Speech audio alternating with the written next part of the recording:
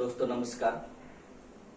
आज हम लोग जनजातीय विद्रोह देखेंगे, उसके बारे में कुछ जानने की कोशिश करेंगे और ये भी कोशिश करेंगे कि जो एग्जाम के लिए पूछा जाता है यानी जो परीक्षाएं होती है उसमें पूछा जाता है, बस उतना तक ही है। आगे बहुत ज्यादा हम लोग इस पर चर्चा नहीं करेंगे क्योंकि जनजातीय विद्रोह पूरे विद्रोह को देखा जाए तो बहुत लंबा वीडियो बन जाएगा, इसलिए छोटे वीडियो में समाप्त करना चाहूंगा मैं। तो देखिए, जनजातीय विद्रोह जो हुआ था उसमें एक दो कारण था। इस प्रकार कारण है कि एक तो राजनीतिक कारण है ही कि उनके जमीन को हड़पना, दूसरा कारण है कि उसकी आर्थिक कारण है कि उनका जो जमीन है, जो पहाड़ उनका था, जो पर्वत उन सबों का था जिस पर शुरू से अपना वर्चस्व कायम कर रखा था, वो अपनी खेती करता था, उस पर अपना जीविकापार्जन करते थे। वो सारे क्षेत्र अंग्रेजों ने अपने द्वारा भेजे गए नुमाइंदों से काम करने लगा। फिर उन लोगों से टैक्स लेना शुरू किया। जो पहाड़ पर उत्पादन होता था, जो जंगलों से उत्पादन चीजों पर कभी उसने टैक्स नहीं दिया किसी भी सरकार का, बशर्ते अंग्रेज से पहले जो भी सरकार रही। तो आज टैक्स देने में उनको बहुत बुरा लग रहा था, तो टैक्स देना भी उनके लिए थोड़ा सा सही नहीं था। तीसरा कारण है उनके साथ में कि कुछ अधार्मिक कारण है, यानी कहने का मतलब जैसे कि नरबली प्रथा। भले आज सुनने में अच्छा नहीं लगता है कि नरबली प्रथा उस समय होता था, जो कि मनुष्य को काटकर मनुष्य को खाना सही बात नहीं था, तो अच्छा नहीं लगता सुनने में, लेकिन शायद उनके लिए अच्छा था। तो उनके धार्मिक आस्थाओं पे चोट किया गया।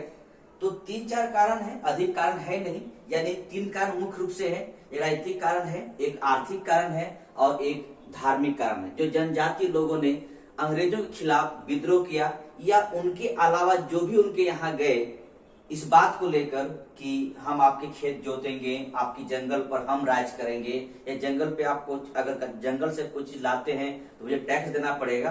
तो इन्हीं सब वजहों से जनजातियों ने विद्रोह किया था। तो हम लोग आज उसी जनजातीय विद्रोह को हम लोग देखेंगे, जिसमें से हम लोग सबसे पहले पड़ोसी राज्य में कुछ जनजातीय विद्रोह हुआ था उसको भी जानेंगे। तो सबसे पहले हम लोग चलते हैं, यानी कहने का मतलब है इधर चलते हैं झारखंड की तरफ। देखिए, झारखंड में 3-4 विद्रोह है, सही से जान लीजिए। पहला विद्रोह आपके पास है कोल विद्रोह, ठीक है। ये कोल विद्रोह हुआ कब था, याद रखेंगे 1831-32 में कोल विद्रोह हुआ था, ठीक है, जिसका नेतृत्व कर रहा है बुधो भगत, ठीक है। कोल विद्रोह 1831-32 में हुआ था नागपुर क्षेत्र में, जिसका नेता है वो है बुधो भगत, याद रखेंगे। अगला विद्रोह है संथाल विद्रोह। ये हुआ था 1855-56 में भागलपुर राजमहल क्षेत्र में, ठीक है, जिसे दामन ए कोह के नाम से जाना जाता है। यहाँ के जो नेता हैं, यानी संथाल विद्रोह का नेता है, वो मुख्य तौर पर 2 नाम है और उनके साथ 2 नाम और जुड़ता है। वो नाम है सिधो कान्हू और चांद भैरव, ठीक है, जो चारों भाई है आपस में। तो चारों भाइयों ने ये कहा अपने आदिवासी मित्र से कि आप मुझे साथ दीजिए, मैं भगवान, मेरे में भगवान बसता है, ये इस तरह की बातें हैं। हम तीर धनुष के साथ उन लोग को भगा दिया जाएगा। लेकिन हुआ यूं कि चांद भैरव को पहले मार देते हैं, इसके बाद सिधो कान्हू को भी फांसी की सजा मिल जाती है। इस प्रकार ये विद्रोह को समाप्त हो जाता है। लेकिन हुआ कब था, 1855-56 में संथाल विद्रोह हुआ था। इसमें मुख्य नेता है सिधो कान्हू और चांद भैरव। अभी वो क्षेत्र संथाल परगना के नाम से जाना जाता है, जो कि झारखंड में है, साहेबगंज जिला में, ठीक है। नेक्स्ट आपके पास है मुंडा विद्रोह। तो आपको पता है मुंडा विद्रोह ये 1899-1900 की बात है। उस समय हुआ था, बिरसा मुंडा इसका नेता है। वहां पर इन लोग अपना एक सामूहिक खेती करते थे, जिसे खुटकटी प्रथा कहा जाता है। तो खुटकटी प्रथा से उस प्रथा को आगे चल के ब्रिटिश सत्ता में बंद करता है, ठीक है, कि आप लोग को सामूहिक खेती नहीं करना है, इंडिविजुअली करना है, व्यक्तिगत तौर पे करना है और टैक्स देना है। एक तो ये प्रॉब्लम था, ठीक है। बिरसा मुंडा ने कहा कि मैं भगवान का दूत हूं, मुझे साथ दीजिए आप लोग, और मैं जितने बाहरी लोग आए हुए हैं, जिससे वहां लोग दीकू कहा जाता था, इसको हम बाहर खदेड़ देंगे, यहाँ से भगा दिया जाएगा। फिर बिरसा मुंडा को साथ देते हैं, अपने आप को भगवान का दूत मानते हैं और कहता है कि अगर कोई तीर धनुष कोई गोलीबारी हुई मेरे पर करे तो मुझे कुछ नहीं होगा क्योंकि मैं भगवान हूँ, ठीक है। बिरसा मुंडा अपने आप को भगवान साबित किए। लेकिन हुआ ये उल्टा कि इनके पास हथियार के तौर पे क्या था, तीर धनुष था और कुछ था नहीं। तो अंग्रेजों के पास एक से एक हथियार थे, अंततः इस विद्रोह को भी दबा दिया गया, ध्यान रखेंगे, ठीक है। और इसे जेल ले गया बिरसा मुंडा को, ठीक है। जनवरी के मौसम में, जनवरी के समय में जेल ले गया, कहीं मतलब है 1900 में, और कहा जाता है जून 1900 में ही रांची जेल से इसका जेल में इसका देहांत हो जाता है, क्योंकि वहां पर हैजा फैल जाते हैं, ठीक है। इस प्रकार आप कह सकते हैं कि बिरसा मुंडा का भी मृत्यु हो जाती है, ठीक है। इसके बाद आगे चौथा नंबर में आपके पास है चुआर विद्रोह। आपको शायद दिखाई पड़ रहा होगा, देखिए जूम कर देख लीजिएगा। चुआर विद्रोह, ये इसका नेता है जगन्नाथ, ठीक है। तो चुआर एक जनजाति है, इन लोगों ने विद्रोह किया था, और सारे विद्रोह का मतलब एक ही है कि आर्थिक क्षेत्र, राजनीतिक क्षेत्र। यहाँ पर जितने विद्रोह हो रहा है वो आर्थिक राजनीतिक क्षेत्र में है। कहने मतलब है इनके जगहों को, इनके जमीनों को, इनके जंगलों को कोई और हड़प रहा है, ठीक है। उन हड़प इस और एक बात अभी भी आपको बता देता हूं कि अगर आप जनजातीय क्षेत्र में जाएंगे तो जनजातीय क्षेत्र में अगर आप कोट टाई पहन के जाएंगे शायद उन्हें बड़ा खराब लगता है, क्योंकि होता यूं है कि उनका अपना परिवेश है, अपना वेशभूषा है, अपना सब कुछ है। और आप अगर बाहर से जाते हैं तो उन्हें पहले बात भी नहीं करेंगे आपसे, फिर इसके बाद समझाने के बाद लोग बातचीत करता भी है, ठीक है। तो जनजाति चाहते हैं कि मुझे फ्रीडम चाहिए, और ये अंग्रेज चाह रहे थे कि इसको हम कस के रखें अपने बंधन में। तो ये कसने वाले व्यक्ति है नहीं, ठीक है। ये अभी भी फ्रीडम है, अभी भी लोग का आजादी है, अपने जंगल में घूमे, कुछ भी करे, कोई मतलब नहीं बनता है, ठीक है। और कभी भी जनजातीय व्यक्ति कभी भी स्वतंत्रता अधीन किसी का नहीं रहा, इन्हें स्वतंत्र चाहिए, स्वतंत्रता चाहिए, ठीक है। और अंग्रेजों ने कोशिश किया कि नहीं हम इसको बांध के रखें, जो कि संभव नहीं था, ठीक है। नेक्स्ट आपके पास है जो झारखंड का है, वो है आपका खरवाड़ विद्रोह। तो खरवाड़ भी जनजाति थे, इन लोगों ने विद्रोह किया। तो खरवाड़ों ने विद्रोह किया, इसका नेता हुआ करता था भगीरथ मांझी, ठीक है। इनका नेता थे भगीरथ मांझी। खरवाड़ विद्रोह हुआ था, ठीक है। उसके बाद झारखंड में एक और हुआ था जिसका नाम है ताना भगत। अच्छा, खरवाड़ विद्रोह कब हुआ था ध्यान रखेंगे, 1874 में हुआ था, और ताना भगत आंदोलन हुआ था 1914 में, ठीक है। ताना भगत आंदोलन भी झारखंड से जुड़ा हुआ है, छोटानागपुर से जुड़ा हुआ है, हजारीबाग से जुड़ा हुआ है। तो ये भी झारखंड में हुआ था और 1914 हुआ था, और इसका नेता है जतरा भगत। इतना झारखंड से संबंधित था, ठीक है। झारखंड से कौन संबंधित है ध्यान रखेंगे, वो आपके पास कोल विद्रोह, संथाल विद्रोह, मुंडा विद्रोह, चुआर विद्रोह, खरवाड़ विद्रोह और ताना भगत आंदोलन, ठीक है, याद रखेंगे। चलिए आगे बढ़ते हैं, झारखंड से आगे बढ़ते हैं। तो देखिए हमारे पास है बंगाल, चलते हैं, ठीक है। बंगाल में सबसे पहला विद्रोह देखिए आपके पास है सन्यासी विद्रोह, ठीक है। ये हुआ कब था, 1770 और 1800 के बीच में हुआ था। आनंद मठ एक पत्रिका है या एक पुस्तक है, इस आनंद मठ का लिखने वाले व्यक्ति है बंकिम चंद्र चटर्जी। इसने इस सन्यासी विद्रोह के बारे में अच्छा चित्रण किया है, एक नाटक कर सकते हैं, ठीक है।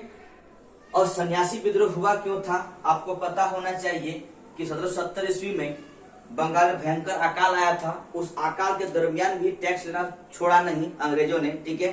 उस समय द्वेष शासन चल रहा है बंगाल में। उसके साथ साथ जो सन्यासी लोग थे, कहीं अगर वो तीर्थ यात्रा में जा रहे हैं तो वो उसका भी वो टैक्स लेता था, ठीक है। तो तीर्थ यात्रा टैक्स भी चलता था, इसीलिए सन्यासियों ने विद्रोह किया, जिसका सही चित्रण किया गया है आनंद मठ द्वारा, ठीक है, याद रखेंगे। इसके बाद इस विद्रोह को समाप्त करने में श्रेय जाता है वारेन हेस्टिंग्स का, यानी उस समय गवर्नर वारेन हेस्टिंग्स का इसमें अहम भूमिका है, ठीक है। इसके बाद बंगाल से जुड़ा हुआ है फराजी विद्रोह, ध्यान रखेंगे, फराजी विद्रोह बंगाल से जुड़ा हुआ है। तो बंगाल से जुड़ा हुआ विद्रोह है, इसका नेता है सरैतुल्ला है, ठीक है। सरैतुल्ला एक तरह के मान के चलिए इस संप्रदाय से जुड़ा हुआ है और धार्मिक संप्रदाय है, ठीक है, जुड़ा हुआ है। और इसका शरीयतुल्लाह की मृत्यु के बाद इसका नेता बनते हैं उसका बेटा दादू मियाँ। ठीक है, तो फराजी विद्रोह याद रखेंगे बंगाल में हुआ था और ये इसका इस संप्रदाय से जुड़े हुए पहला व्यक्ति है शरीयतुल्लाह। शरीयतुल्लाह की जब मृत्यु होता है तब उनका पुत्र दादू मियाँ इस विद्रोह का बॉर्डर संभालते हैं। इस प्रकार आगे चल के फिर यह विद्रोह बहावी विद्रोह से बहावी आंदोलन से मिल जाता है और इसके बाद आगे फिर ये चलते रह जाता है। ठीक है, इसके बाद बंगाल से और है, तो बंगाल से दो है। ठीक है, अच्छा बंगाल से एक और जुड़ा हुआ है फकीर विद्रोह, याद रखेंगे बंगाल से जुड़ा हुआ एक और है फकीर विद्रोह, जिसका जो हुआ था 1776 में हुआ था और इसका नेता है मजनून शाह। ठीक है, इसका नेता है फकीर विद्रोह का नेता है मजनून शाह। मजनून शाह को गिरफ्तार करने के बाद उसका नेता बन जाते हैं चिराग अली। ठीक है, तो फकीर विद्रोह भी बंगाल से जुड़ा हुआ है और इसका नेता है मजनून शाह। मजनून शाह की गिरफ्तारी होने के बाद उसका नेता बन जाते हैं चिराग अली। ठीक है, तो इतना है आपके पास बंगाल से। ठीक है, मुझे नहीं लगा सीधा बंगाल से है, बस 1 2 3 हाँ ठीक है, बंगाल से इतना ही है। हम लोग आगे बढ़ते हैं और देखिए आपके पास है असम। हम चलते हैं तो असम में देखिए एक विद्रोह है अहोम विद्रोह। ठीक है, कब हुआ था? 1828 और 33 के बीच में हुआ था। इसका नेता कौन है? गोमधर कुंवर। ठीक है, असम से अगर जुड़ा हुआ विद्रोह को देखा जाए तो असम से विद्रोह है जो कि अहोम विद्रोह, जो कि 1828 और 33 के बीच में होता है, जिसका नेता है गोमधर कुंवर। ठीक है, याद रखेंगे गोमधर कुंवर।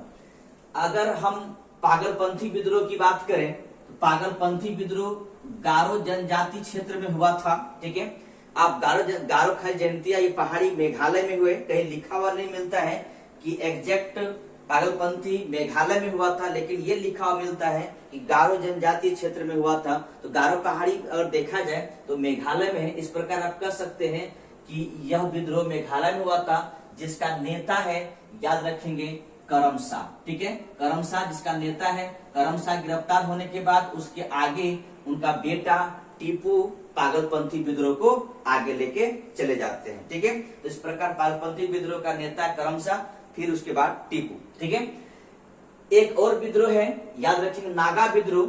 ठीक है, ये नागा विद्रोह याद रखेंगे, ये इसका नेता है रंगमई जादोनान। ठीक है, नागा विद्रोह का नेता है रंगमई जादोनान और ये कहा जाता है कि महात्मा गांधी भी इसे सपोर्ट किए थे। ठीक है, रंगमई जादोनान जब गिरफ्तार हो जाते हैं या उसकी फांसी हो जाती है, उसके बाद 17 वर्षीय गेडेनलियू उसका नेता बनती है और इसके बाद फिर गेडेनलियू, आप नेता बोलना गलत बात है, यहाँ पर नेत्री बोली सही रहेगा। ठीक है, क्योंकि वो स्त्री है। फिर इसके बाद वो आगे चल के गेडेनलियू को भी गिरफ्तार करते हैं और अंग्रेज के द्वारा। इसके बाद गेडेनलियू गिरफ्तार ही रहती है उस समय, और जब देश आजाद होता है तब गेडेनलियू को छोड़ा जाता है। इसी बीच में क्या होता है, सुभाष चंद्र बोस और आजाद हिंद फौज ने गेडेनलियू को रानी की उपाधि भी देते हैं और इसके बाद गेडेनलियू को बाद में देश स्वतंत्र होने के बाद उसे छोड़ा जाता है, जवाहरलाल नेहरू द्वारा इसे छोड़ दिया जाता है। ठीक है, तो इस प्रकार है नागा विद्रोह में याद रखेंगे रंगमई और उसके बाद गेडेनलियू इनका नेतृत्व करते हैं। ठीक है, इसके बाद हम आगे बढ़ते हैं और नागा हो गया। हाँ, एक खासी आपके पास है। ठीक है, यहाँ पर मेघालय में याद रखें खासी विद्रोह हुआ था 1827 से 33 के बीच में और इसका नेता है तीरथ सिंह। ध्यान रखेंगे तीरथ सिंह इसका नेता है। 1827 से 33 के बीच में खासी यानी कहीं मतलब मेघालय में हुआ था, जिसका नेता है तीरथ सिंह। ठीक है, ध्यान रखेंगे सब बातें। इसके बाद हम लोग आगे बढ़ते हैं और उड़ीसा पे चलते हैं। उड़ीसा का सबसे महत्वपूर्ण विद्रोह के रूप में आपके पास है पाइक विद्रोह। ठीक है, या पाइका विद्रोह। ये कब हुआ था? 1817 से 1825 के बीच में हुआ था। इसका नेता है याद रखेंगे बक्सी जगबंधु विद्याधर। ठीक है, तो पाइका विद्रोह उड़ीसा में 1817 से 1825 के बीच में इसका नेता है बक्सी जगबंधु विद्याधर। ठीक है, और यहाँ पर एक दो विद्रोह और है, ध्यान रखेंगे। तो एक संभलपुर विद्रोह हुआ था, ठीक है, संभलपुर विद्रोह हुआ था जिसका नेता है, संभलपुर भी उड़ीसा में है, जिसका नेता है सुरेंद्र साई। ये कब हुआ था? 1833 में हुआ था, ठीक है। उड़ीसा में ही खूंड विद्रोह हुआ था, ध्यान रखेंगे, खूंड विद्रोह हुआ था। विद्रोह होने का इसका वजह है या धार्मिक कारण है, नरबली प्रथा को बंद कर दिया था, ठीक है, नरबली प्रथा को बंद कर दिया था, तो धार्मिक कारण यहाँ पर है। तो बंद करने वाले उस समय हार्डिंग द्वितीय, जब नरबली प्रथा बंद हुआ था उस समय हार्डिंग द्वितीय हमारे यहाँ गवर्नर थे। हार्डिंग द्वितीय ने कैंपबेल को बोला गया कि आप जाइए नरबली प्रथा को बंद कीजिए, ठीक है, और कैंपबेल ने इसको बंद करवाया था। और ध्यान रखेंगे कि खोंड का नेता जो थे वो चक्र बिसोई थे, ध्यान रखेंगे, खोंड जनजाति है, ठीक है, और ये उड़ीसा में हुआ करता था। इन लोग का एक प्रथा था नरबली प्रथा, इसको बंद कर दिया गया था और ये इसी के लिए विद्रोह हुआ था। इसका नेता था चक्र बिसोई, ठीक है, याद रखेंगे। आगे आपके पास यहाँ पर एक विद्रोह है चेचू। चेचू विद्रोह हुआ था आंध्र प्रदेश में 1920 में, आंध्र प्रदेश के जिला गुंटूर में हुआ था चेचू, ठीक है। और आंध्र प्रदेश में ही एक विद्रोह और हुआ था जिसका नाम है रामपा। रामपा जो विद्रोह हुआ था आंध्र प्रदेश में, और ये इसका नेता है अलूरी सीताराम राजू, ठीक है, रामपा विद्रोह जिसका नेता है अलूरी सीताराम राजू, ठीक है। इसके बाद तमिलनाडु में एक विद्रोह हुआ था पोलीगर विद्रोह, ठीक है, और इसका नेता है वीरा पांड्या कट्टा बोमन्ना, ठीक है, याद रखेंगे, वीरा पांड्या कट्टा बोमन्ना। पोलीगर विद्रोह तमिलनाडु में हुआ था और इसका नेता है वीरा पांड्या कट्टा बोमन्ना, ठीक है।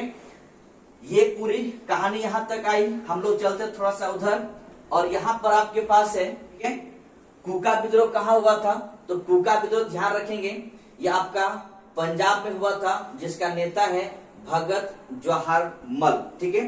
कहा जाता है कि सिख धर्म में कुछ कुरीतियां आ गई थी, उस कुरीतियों को दूर करने के लिए ये विद्रोह किया गया था। यदि इस प्रकार ये देखेंगे कि कहीं न कहीं धार्मिक विद्रोह का भी स्वरूप लिया हुआ है कुका विद्रोह, ठीक है, पंजाब में हुआ था। इधर आप देखा जाए तो बघेरा विद्रोह, ठीक है, बघेरा विद्रोह 1818 में और 20 के बीच में हुआ था। ये गुजरात में हुआ था, ओखा में हुआ था, ठीक है, गुजरात के ओखा में हुआ था बघेरा विद्रोह, ठीक है। इसके बाद अगला है एक महाराष्ट्र के कोल्हापुर में गडकरी विद्रोह हुआ था, ध्यान रखेंगे, महाराष्ट्र के कोल्हापुर में गडकरी विद्रोह हुआ था, वो है दाजी कृष्णा पंडित द्वारा हुआ था, ठीक है। इसका नेता है दाजी कृष्णा पंडित। गडकरी विद्रोह जो कि महाराष्ट्र के कोल्हापुर में हुआ था। और इसी प्रकार एक रामोसी विद्रोह है जो कि ये महाराष्ट्र में हुआ था, वो भी इसका नेता है चीतर सिंह, ठीक है, चीतर सिंह। तो रामोसी विद्रोह महाराष्ट्र में, चीतर सिंह उसका नेता है। तो दोस्तों इस प्रकार कुछ आपके जनजातीय विद्रोह है, इन जनजातीय विद्रोह को सही से देखिए, ठीक है, और बहुत कुछ नहीं याद करना है, बस इतना है कि जनजातीय विद्रोह हुआ कब था, ठीक है, कभी कभी हुआ कब था ये पूछा जाता है, और नहीं तो सबसे आसान है कि उसका नेता कौन है, इसे याद रखेंगे। जनजातीय विद्रोह में सबका डेट नहीं पूछा जाता है, पूछा जाता है कहाँ हुआ था, किस जगह हुआ था, राज्य दर राज्य में आपको बांट के दिखाया गया है, ठीक है, और उसका नेता कौन है ये याद रखिएगा, बस हो जाएगा इतना सी बातें, ठीक है। तो दोस्तों ये था, याद रखेंगे, जनजातीय विद्रोह आर्थिक सामाजिक आर्थिक कारण, धार्मिक कारण और राजनीतिक कारणों से हुई थी, क्योंकि जनजातीय लोग स्वतंत्रता के बहुत ही वाहक हैं, कभी भी वो लोग पाबंदी में रहने वाले व्यक्ति नहीं। दोस्तों ये था, देखिए, ठीक है। चलिए हम लोग अगले वीडियो में मिलते हैं, और थैंक यू, धन्यवाद, जय हिंद।